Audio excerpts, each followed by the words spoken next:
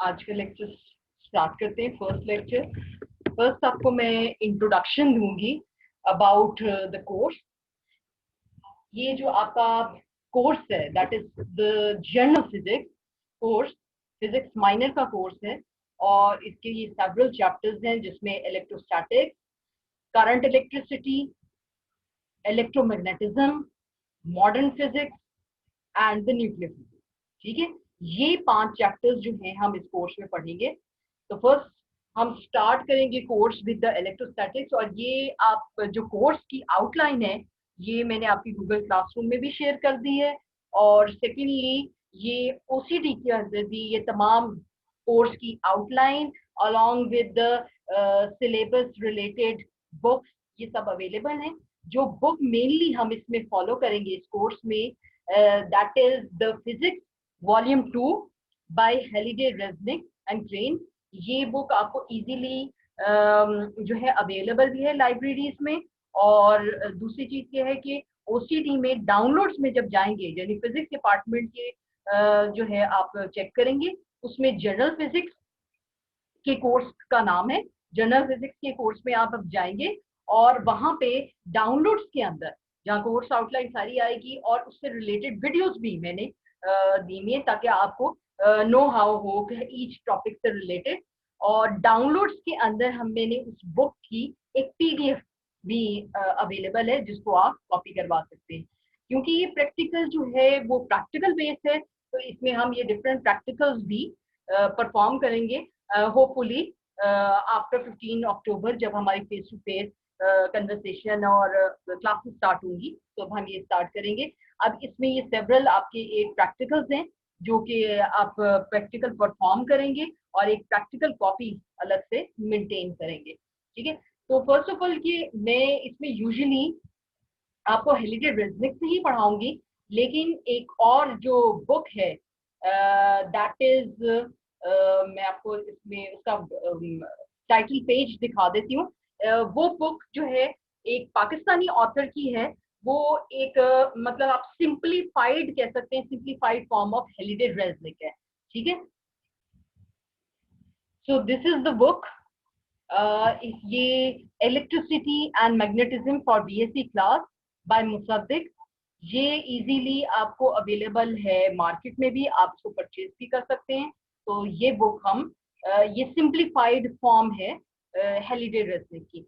वैसे तो Halliday Resnick की बुक भी मार्केट में अवेलेबल है, आप उसको परचेज कर सकते हैं। तो हेलिडे रेजनिक की physics of by Halliday Resnick and Krane volume 2 हम इसकी में कोर्स में फॉलो करेंगे।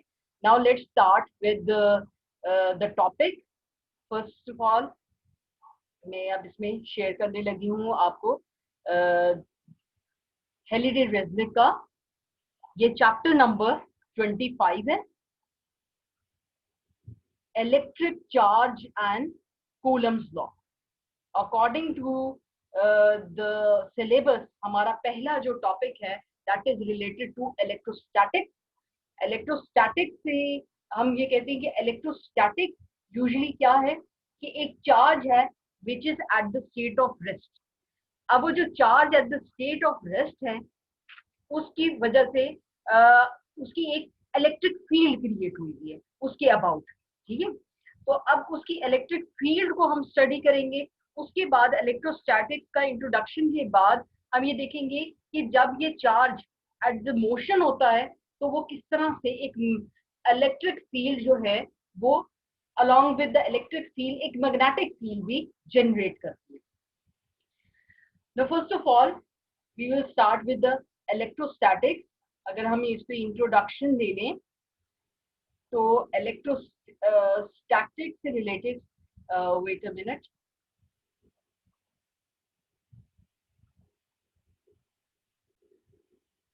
Now the electrostatics. First of all कि हम ये बात करें कि इलेक्ट्रोस्टैटिक, ये हम मैं मुसद्दिक की बुक का फर्स्ट चैप्टर आपके सामने को ओपन किया हुआ है। According to the Greeks, some stones like magnetite they were known as known for the magnetic properties. उनके अंदर magnetic properties थी और मैग्नेटाइट का जो स्टोन था that was basically iron oxide stone. अच्छा, first of all ऑयस्टर ने discover किया कि कोई भी आपकी करंट कैरिंग वायर है उसके अबाउट एक मैग्नेटिक फील्ड डेवलप हो जाती है।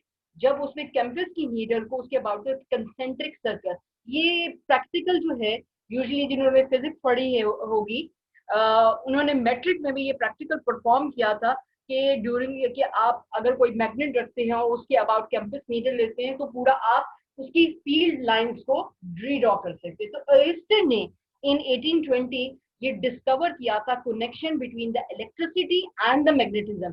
ये फर्स्ट डिस्कवरी थी related to the magnetism.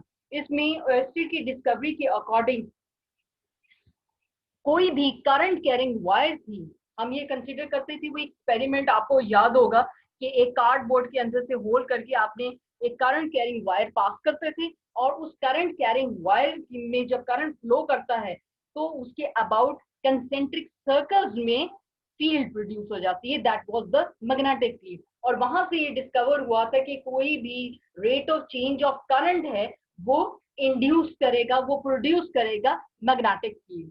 After that उसको फर्दर मॉडिफाई किया गया बाय द फेरेडे, और फेरेडे के बाद मैक्सवेल ने इक्वेशंस के साथ और न्यूटन के लॉज को अप्लाई करते हुए ये आपका पूरा फिनोमिना जनरेट हुआ ऑफ द इलेक्ट्रोमैग्नेटिज्म। और इलेक्ट्रोमैग्नेट से इसमें मैक्सवेल ने इलेक्ट्रोमैग्नेटिक वेव को भी फॉर्म किया, यानी कोई रीजन, मैक्सवेल की डिस्कवरी क्या थी कि कोई रीजन ऑफ स्पेस है, उस रीजन ऑफ स्पेस में इलेक्ट्रिक एंड मैग्नेटिक फील्ड अगर लाई करती हैं then they will generate electromagnetic wave. Electromagnetic wave किस तरह से जनरेट होती हैं कि कोई आपका चार्ज है वो एक्सेलरेटेड चार्ज है। एक चीज और ये डिस्कवर की गई अकॉर्डिंग टू द इलेक्ट्रोस्टैटिक्स, उसमें हम कहते हैं कि charge at the state of rest. जब charge at the state of rest होता है तो उसमें मैग्नेटिक फील्ड नहीं प्रोड्यूस होती। मैग्नेटिक फील्ड प्रोड्यूस होने के लिए according to the Faraday's law required क्या है कि चार्ज के फ्लो में चेंज हो, rate of change of flow of charge हो। यानी करंट कैरिंग कॉइल में भी जो हम कंसीडर करते थे, करंट कैरिंग वायर भी हम कंसीडर करते थे, तो उसमें करंट में फ्लो हो रहा था, चार्जेस स्टैटिक नहीं थे, वो इन मोशन थे। अगर चार्ज करंट आप स्टॉप कर देते हैं तो उसके अबाउट वो मैग्नेटिक फील्ड भी प्रोड्यूस नहीं होती। तो एक चार्ज जो at the state of rest है, it will not produce any magnetic field. तो चार्जेस का फ्लो जो है and the rate of change of charge will determine the amount of the magnetic field which will be induced. EMF इसमें induce होता है, यानी EMF जो induce होता है that will produce a field, और उसमें change of जो field का flux है, flux that is the magnetic lines, the electric lines of force passing through certain area, उसको हम फ्लक्स की फॉर्म कहते हैं। कि जब ये फ्लक्स आपका rate of change of current हो रहा है तो उसकी वजह से मैग्नेटिक फील्ड प्रोड्यूस हो रही है। तो मैक्सवेल्स इक्वेशन में कंक्लूड किया गया कि अगर ये लाइट जो है that is in the form of electromagnetic wave, ये किस तरह से जनरेट होती है कि एक एक्सेलरेटेड चार्ज जो है उसकी वजह से इलेक्ट्रिक फील्ड की चेंज होता है। द इलेक्ट्रिक फील्ड की चेंज जो है वो प्रोड्यूस करता है मैग्नेटिक फील्ड, और ये magnetic field vice versa electric field को जनरेट करता है। तो एक रीजन ऑफ स्पेस में जहां इलेक्ट्रिक एंड मैग्नेटिक फील्ड लाई करते हैं तो वो आपस में एक दूसरे के परपेंडिकुलर लाई करेंगे ऑलवेज, और वो इसी तरह से प्रोपेगेट करेंगे। और उसकी प्रॉपर्टी ये थी कि इलेक्ट्रोमैग्नेटिक वेव्स को रिक्वायर्ड नहीं होता कोई material medium to propagate to transmit. तो ये बेसिक फिनोमिना था that was used for Maxwell's equation. Now let's come to the magnetism. अब इसमें हम इंटायर जो कंसीडर कर रहे हैं इलेक्ट्रोमैग्नेटिज्म का, इसमें इन्होंने डिफरेंट कॉमन एग्जांपल्स कंसीडर किए हैं। U turn on the light switch in your room, the consumption of fuel at a power plant produces electromagnetic energy by causing a loop of electrically conducting wire to rotate in the vicinity of a magnet. Ultimately, some of this energy is transferred to electron in the filament of your light bulb, which can transform the electrical energy into visible light. ये electromagnetism के ये एक example ये भी है कि जब आप लाइट स्विच करते हो उसमें क्या है कि एक पावर जो है कंज्यूम हो रही है, पावर जो है आपके पीछे से जो आप इनपुट प्रोवाइड कर रहे हो वो पावर कंज्यूम हो रही है in order to create the electromagnetic wave that is in the form of light। कि आपकी ये जो कंडक्टिंग वायर है ये रोटेट करती है मैग्नेटिक विसिनिटी में, और इसकी रोटेशन से क्या होता है, जो एनर्जी है that is transfer to the electron, और इस इलेक्ट्रॉन जो कि present at the filament of the light bulb है वो ट्रांसफॉर्म करती है इस इलेक्ट्रिकल एनर्जी को इनटू विजिबल एनर्जी। अब अनदर एग्जांपल उन्होंने कंसीडर की हुई है कंप्यूटर कीबोर्ड की, जिसमें stream of electrons are used to transfer. Even कि आप जो टेलीफोन भी कंसीडर करते हो ना, टेलीफोन आम रूटीन में टेलीफोन कंसीडर करते हो, जब आपका वॉइस मैसेज है वो भी कन्वर्ट हो जाता है इनटू अ सिग्नल, और वो सिग्नल इलेक्ट्रिक सिग्नल की फॉर्म में कन्वर्ट होता है, जो हम वहां ट्रांसमिट होता है, तो वो अगेन डिकोड हो जाता है इनटू साउंड वेव। तो एक्चुअल में कि आपकी साउंड वेव जो है कन्वर्ट हो रही होती है इनटू इलेक्ट्रिक सिग्नल। ये तमाम जो इलेक्ट्रॉन्स की मूवमेंट है, अब ये electrons on the command of the computer move करते हैं, यानी ये कमांड जब उसको दी जाती है तब वो कंप्यूटर में ये कमांड मूव करती है, वो कन्वर्ट होती है into an electrical signal. First of all जो है आपका कंप्यूटर अपना प्रोसेस करता है, उस सिग्नल को कन्वर्ट किया जाता है इलेक्ट्रिकल सिग्नल में, वो ट्रांसमिट होती है वहां, जब ट्रांसमिटिंग एंड पे जब डेस्टिनेशन में पहुंचती है, जब स्ट्रीम ऑफ इलेक्ट्रॉन, ये कमांड जो है वो डिकोड कर दी जाती है। ठीक है, इसी तरह आपके टीवी सेट्स के ऊपर भी ये जो आपकी इलेक्ट्रोमैग्नेटिक वेव है, ये जो आप इलेक्ट्रोमैग्नेटिक वेव ट्रेवल करती हैं रिमोट कंट्रोल से, आपका कोई रिसीविंग एंड है, वो रिसीविंग एंड को ट्यून किया जाता है, यानी इनकमिंग जो इलेक्ट्रोमैग्नेटिक वेव्स हैं उनकी फ्रीक्वेंसी से मैच किया जाता है अपने एक्सेप्टर की फ्रीक्वेंसी, यानी एक्सेप्टर जो रिसीविंग एंड पे आपका रिसीविंग एंटेना है उसकी फ्रीक्वेंसी, और जब ये मैच करती हैं तब वहां पे वो पर्टिकुलर स्टेशन जो है वो आपको टीवी स्क्रीन के ऊपर अवेलेबल होता है। So the common factor in this diverse phenomena is that they all depends on force that we describe an electric or magnetic to control and direct the flow of energy or particles। यानी किसी भी particles को, इन तमाम phenomena examples में हमने देखा कि किसी भी पार्टिकल को आपने ट्रांसमिट करना है और एक पर्टिकुलर डायरेक्शन में उसको ट्रांसफर करना है, तो ये तमाम चीजें कंट्रोल कौन कर रहा है, ये आइदर इसमें फोर्सेस हैं that is involve in the electric force और द मैग्नेटिक फोर्स। अगर एक इलेक्ट्रोस्टैटिक की बात करें तो सिर्फ उसके ऊपर जो फोर्स एक्ट कर रही है that is the electric force, लेकिन अगर चार्ज इन मोशन है तो उसमें इलेक्ट्रिक फोर्स भी आएगी और मैग्नेटिक फोर्स भी आएगी। तो इन दोनों फिनोमिना को स्टडी करना इंपॉर्टेंट है। अब ये जो इंटरैक्शन है, हम ये कंसीडर जो हम कर रहे हैं कि इंटरैक्शन ऑफ दीज फोर्सेस, अब ये इलेक्ट्रिक एंड मैग्नेटिक फोर्स ये इलेक्ट्रोमैग्नेटिज्म की फॉर्म आती है, यानी ये क्रिएट करते हैं इलेक्ट्रोमैग्नेटिज्म के। अब ये जो हमने कंसीडर किया इलेक्ट्रोमैग्नेटिक इफेक्ट, ये एक्सप्लेन किया मैक्सवेल ने by using its four equations उसने डिराइव की, जिसमें उसने डिटरमिन किया कि किस तरह से ये इलेक्ट्रोमैग्नेटिक वेव्स कहाँ पे एक्ट करेंगी, किस तरह से प्रोपेगेट करेंगी, magnetic field external magnetic field में होंगी तो किस तरह से उनका ये फिनोमेना, ये तमाम चीजें जो है वो मैक्सवेल इक्वेशन से हमें पता चलती है। This was all the development. अब ये हम ये देख सकते हैं कि इन्होंने पूरी डेवलपमेंट का चार्ट बनाया हुआ है कि टाइमलाइन के मेजर डेवलपमेंट्स जो हुई थी और किन किन साइंटिस्ट ने की थी, कि first electric and magnetic material ancient Greeks जो थे 600 बीसी में, वो मैग्नेटाइट एक स्टोन था दैट उसकी डिस्कवर हुआ था, उसको यूज किया जाता था। फिर आपकी magnetic electric and magnetic interactions आई जो गिलबर्ट ने किया था। उसके बाद कूलम ने फोर्सेस बताई बिटवीन, उसने कहा कि every charge applies a force on other charge. ये आप एफएससी में भी पढ़ चुके होंगे कि कोई भी चार्ज है वो इलेक्ट्रिक फोर्स अप्लाई करेगा दूसरे के ऊपर, और वो चार्ज का जो उसने फोर्स कहा था आपस में इंटरेक्शन ऑफ द फोर्स, उसमें वो कंसिडर करता है कि ये इंटरेक्शन ऑफ द फोर्स किस पे डिपेंड करती है, it is directly proportional to the product of the charges, ठीक है, the magnitude of the charges and inversely proportional to the square of distance between their centers. तो इस पे majorly ये डिपेंड करता है. नेक्स्ट, इन्वर्जन ऑफ बैटरी, कि आपकी ईएमएफ किस तरह प्रोड्यूस होती है, या एनर्जी किस तरह से स्टोर की जा सकती है और उसको यूटिलाइज किया जा सकता है. करंट डिफ्लेक्ट मैग्नेटिक कंपस, यानी किसी भी करंट कैरिंग का वायर के अबाउट मैग्नेटिक फील्ड डेवलप हो जाती है. ये ऑयस्टेड ने डिस्कवर किया था in 1820. Then comes the magnetic field caused by current, Ampere's law. Magnetic field यानी change of magnetic field flux will cause, यानी ये वाइस वर्सा था. ऑयस्टेड ने क्या था कि current carrying magnetic field produce करता है, एम्पियर्स कहता है कि मैग्नेटिक फील्ड जो है वो करंट इंड्यूस करता है.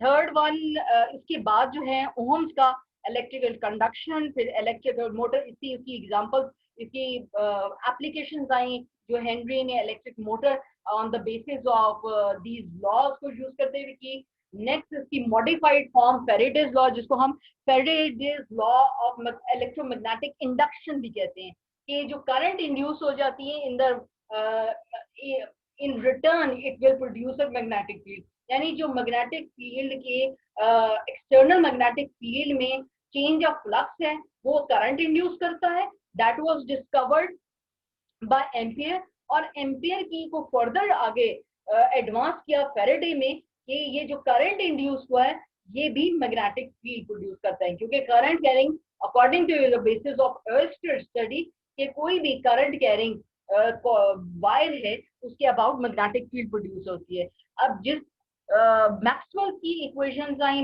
मैक्सवेल ने डिस्कवर किया इक्वेशंस ऑफ इलेक्ट्रोमैग्नेटिज्म, कि जब इलेक्ट्रिक एंड मैग्नेटिक फील्ड एक विसिनिटी पे, एक स्पेस पे दोनों लाई करती हैं तो किस तरह से इलेक्ट्रोमैग्नेटिक वेव जनरेट होती हैं, जिसको फर्दर हर्ट्ज ने फर्दर स्टडी किया. फिर डिस्कवरी ऑफ इलेक्ट्रॉन होता है, देन आपको स्पेशल थ्योरी. ये तमाम चीजें आप ये देखें, वीक इलेक्ट्रो वीक थ्योरी और क्वांटम इलेक्ट्रोडायनेमिक, ये सब बेस करती हैं इलेक्ट्रोमैग्नेटिज्म के ऊपर. ये जो step by step with passing years इसमें डेवलपमेंट. सो अब नेक्स्ट हम ये स्टार्ट करते हैं विद द इलेक्ट्रिक चार्ज.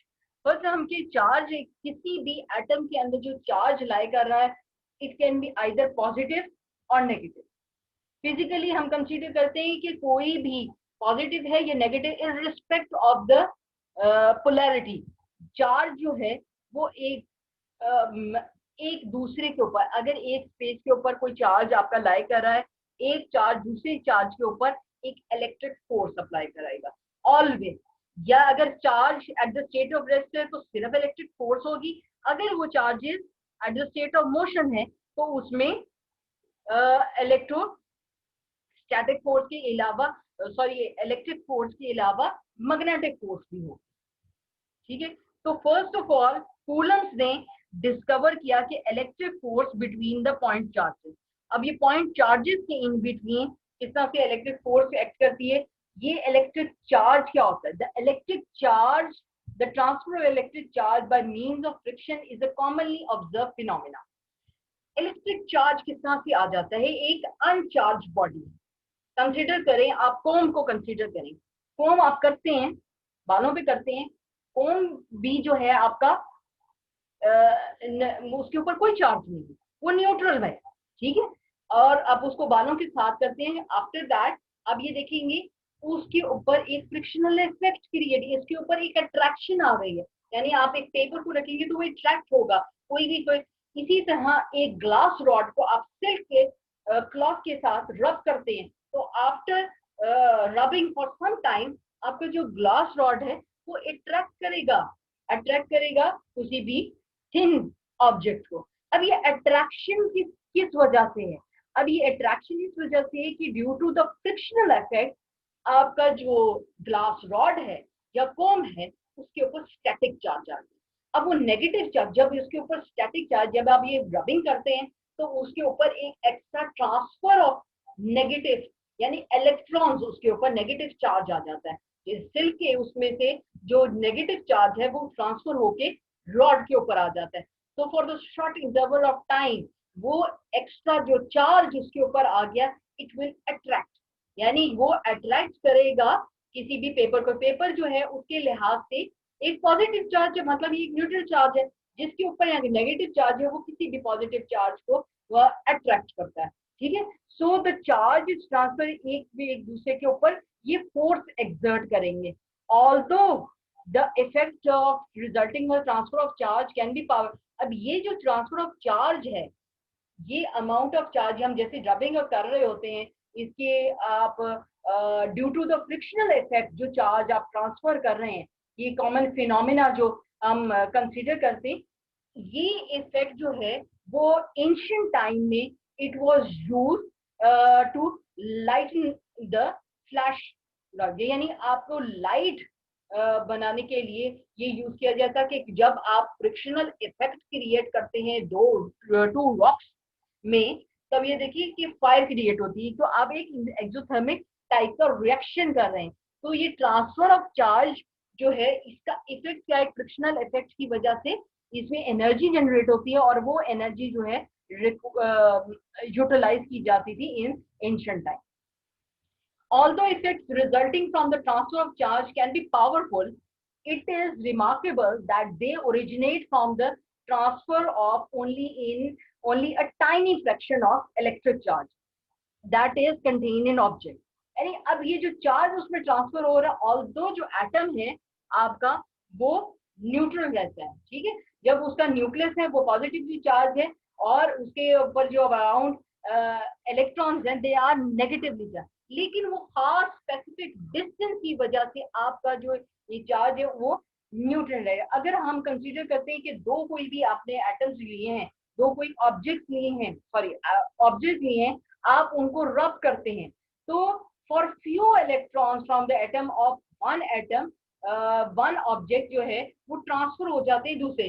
जब आप रब कर रहे हो तो जैसे ग्लास रॉड वो आप सिल्क की क्लॉथ के साथ रब करते हैं, तो few electrons of the silk cloth will be transfer on the glass rod. अब वो जब ट्रांसफर हो जाएंगे तो इसका मतलब है उसके ऊपर slightly charge density on the glass rod will increase.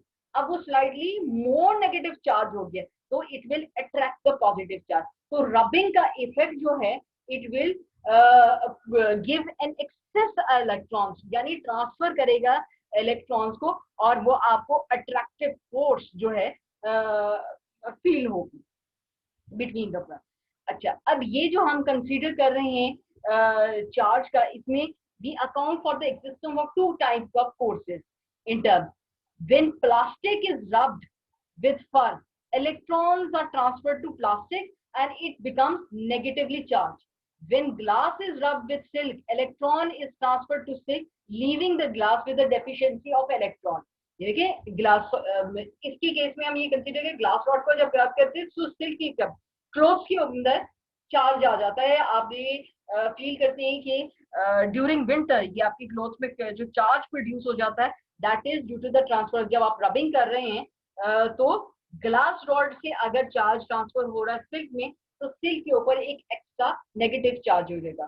तो अब ये जो नेगेटिव चार्ज हो गया सिल्क पे और रॉड के ऊपर डेफिशिएंसी ऑफ नेगेटिव चार्ज, तो रॉड जो होगा सिल्क के लिहाज से पॉजिटिवली चार्ज हो जाएगा और जो सिल्क है वो नेगेटिवली चार्ज, तो they will attract each other क्योंकि उनके चार्जेस जो हैं ऑपोजिट। और आपको पता है हमेशा ऑपोजिट चार्जेस जो हैं वो अट्रैक्ट करते हैं और सेम जो चार्जेस हैं वो रिपेल करते हैं। तो इसी फिनोमिना को यूज करते हुए इलेक्ट्रोस्टैटिक्स का सब्जेक्ट डिवाइन हुआ कि ये जो चार्जेस इसमें प्रोड्यूस हो रहे हैं दीज आर इलेक्ट्रोस्टैटिक चार्जेस। ये चार्जेस रिमेन करेंगे अपने ही ऑब्जेक्ट पे and they will not flow. अच्छा, अब ये usually the net electric charge, हम ये जो हम कंसीडर करते हैं the net electric charge of an object is usually represented by a symbol Q। Q के साथ हम इसको डिनोट करते हैं कि Q आपका ये जो सिंबल है इसके साथ ये होता है the charge is a scalar quantity. It can be positive और negative depending on whether the object has a net positive और नेगेटिव चार्ज। अगर स्केलर क्वांटिटी इट मीन्स कि मटेरियल जो है उसके अंदर सिर्फ मैग्नीट्यूड है, डायरेक्शन नहीं है। अब मैग्नीट्यूड के लिहाज से ये पॉजिटिव भी हो सकता है मैग्नीट्यूड में, और नेगेटिव भी हो सकता है। The electric charge is measured in the units of coulombs, और ये हम take we consider that for very large unit of charge it is considered to be 6 into 10 raised to power 18 electrons to make 1 coulomb of charge। तो coulomb of charge जो हम coulomb है, हम इसको consider करते हैं कि 1.6 into 10 raised to power 18 electrons required हैं 1 कूलम ऑफ चार्ज को क्रिएट करने में। तो ये एलिमेंट्री अगर हम चार्ज कंसीडर करें तो एलिमेंट्री चार्ज की वैल्यू जो है that is 1.6 into 10 raised to power minus 19 coulomb, ठीक है। और हम ये कूलम को डिफाइन किया गया कि इलेक्ट्रिक चार्ज की न्यू क्वांटिटी है and it can be defined into basic units के फॉर्म में ये कंसीडर किया गया है। अच्छा, देख हम ओरिजिनल इस चीज के ऊपर है कि ये जो इलेक्ट्रिक चार्ज है, यानी जो इलेक्ट्रोस्टैटिक चार्ज है which is produce by the transfer of charge when two objects are rub with each other. जब दोनों ऑब्जेक्ट्स को हम रब करते हैं तो उसकी वजह से ट्रांसफर ऑफ चार्ज होता है। अब ये जो ट्रांसफर ऑफ चार्ज है it cannot be done in arbitrary small units, that is कि हम ये नहीं कह सकते कि 1/2 चार्ज हमने दे दिया, 3/2 चार्ज दे दिया, फ्रैक्शन की फॉर्म में नहीं कर सकते। इट इज क्वांटाइज, यानी उसकी स्पेसिफिक एलिमेंट की क्वांटिटी है चार्ज की जो कि आप ट्रांसफर करवा सकते हैं। जब भी हम कहेंगे electric charge is quantize, that is flow of charge as a current is not a continuous flow but is made up of a discrete element. अब डिस्क्रीट एलिमेंट क्या है? 0 plus minus 1 plus minus 2 plus minus 3, यानी इस amount of charge को आप transfer कर सकते हैं। तो हम इसको कहेंगे कि electric charge is quantize, it is not continuous, it has a discrete value. ये डिस्क्रीट वैल्यू ऑफ चार्जेस जो हैं वो ट्रांसफर होंगे, या तो एक ट्रांसफर होगा, या 2 इलेक्ट्रॉन्स ट्रांसफर होंगे, या 3 इलेक्ट्रॉन्स ट्रांसफर होंगे। ये नहीं हो सकता कि 1.5 इलेक्ट्रॉन ट्रांसफर हुए या 2.5 इलेक्ट्रॉन्स ट्रांसफर हुए। तो ये डिस्क्रीट वैल्यू ऑफ चार्जेस जो है इसके अंदर ट्रांसफर होंगे। और वी रेफर के electron is the lightest particle in the matter which is physically existing in nature, जो कि कंट्रीब्यूट करता है इन द इलेक्ट्रिसिटी, ठीक है। अब इसमें ये देखिए फंडामेंटल उन्होंने आपको दिखाया हुआ है कि ऑल्दो वी बिलीव दैट कि फंडामेंटल, तो ये जो आपके कंसीडर पहले ये कंसीडर किया जाता था कि ये फंडामेंटल पार्टिकल है electron, and it has fundamental particle का मतलब ये होता है कि ऐसा पार्टिकल जो कि आगे फर्दर सब डिवाइड ना हो सके।